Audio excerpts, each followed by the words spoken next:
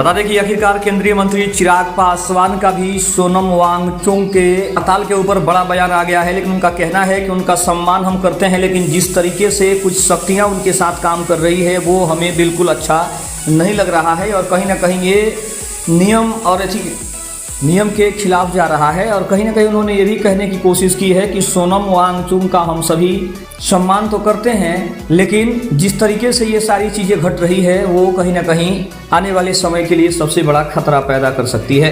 नमस्कार, मैं हूं संजीव सिंह और आप देख रहे हैं आप तक न्यूज। अगर आप हमारे चैनल पर नए हैं तो चैनल को जरूर सब्सक्राइब कर लें। केंद्रीय मंत्री चिराग पासवान ने कहा है कि कुछ दल सोनम वांगचुक को चेहरा बनाकर राजनीतिक रोटियां सेक रहे हैं। उन्होंने कहा कि ये सरासर गलत है। केंद्रीय मंत्री और लोजपा रामविलास के अध्यक्ष चिराग पासवान ने सोनम वांगचुक पर प्रतिक्रिया दी है। केंद्रीय मंत्री ने कहा है कि सोनम वांगचुक का हम सभी सम्मान करते हैं, लेकिन समाप्ति की कगार पर पहुंच चुके दल सोनम वांगचुक को चेहरा बनाकर अपनी राजनीतिक रोटियां सेक रहे हैं, जो कि गलत है। उन्होंने कहा कि नीट की परीक्षा में जिस तरह से पेपर लीक हुआ, दोबारा जब परीक्षा हुई तो सुनिश्चित किया गया कि ऐसी घटना न घटे।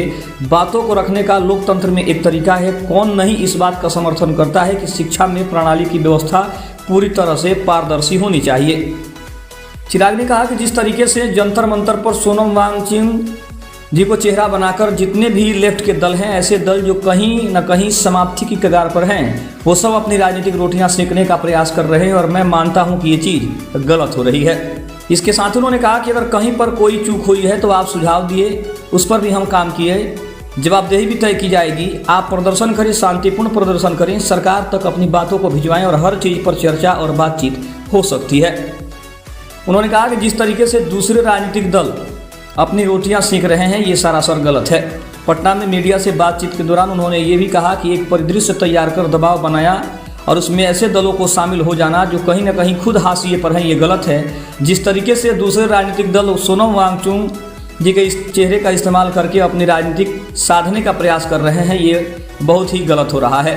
वहीं बांकीपुर उपचुनाव पर उन्होंने कहा कि आरजेडी के लोग कहाँ हैं। मुझे तो ताजुब होता है कि विपक्ष के पास ये अपनी मजबूत उपस्थिति दर्ज कराने का एक मौका है, लेकिन बिहार के नेता प्रतिपक्ष को बिहार की चिंता ही नहीं है। मैं तो मानता हूं और कि आरजेडी वहां पर है भी या रही है, क्योंकि जब उनके नेता को ही चिंता नहीं है तो वो स्वयं यहां से गायब हैं। नेता प्रतिपक्ष कोई मजाक नहीं है, लेकिन आरजेडी के जो महानुभाव हैं उन्होंने इसे मजाक साबित कर दिया है कि नेता प्रतिपक्ष हमेशा मजाक के बराबर ही होता है। और शायद इसीलिए तेजस्वी यादव बांकीपुर के मैदान से ही गायब हैं। तो जब उनके नेता ही गायब हैं तो प्रत्याशी अकेले कितना लड़ाई लड़ेंगे, ये सोचने वाली बात है।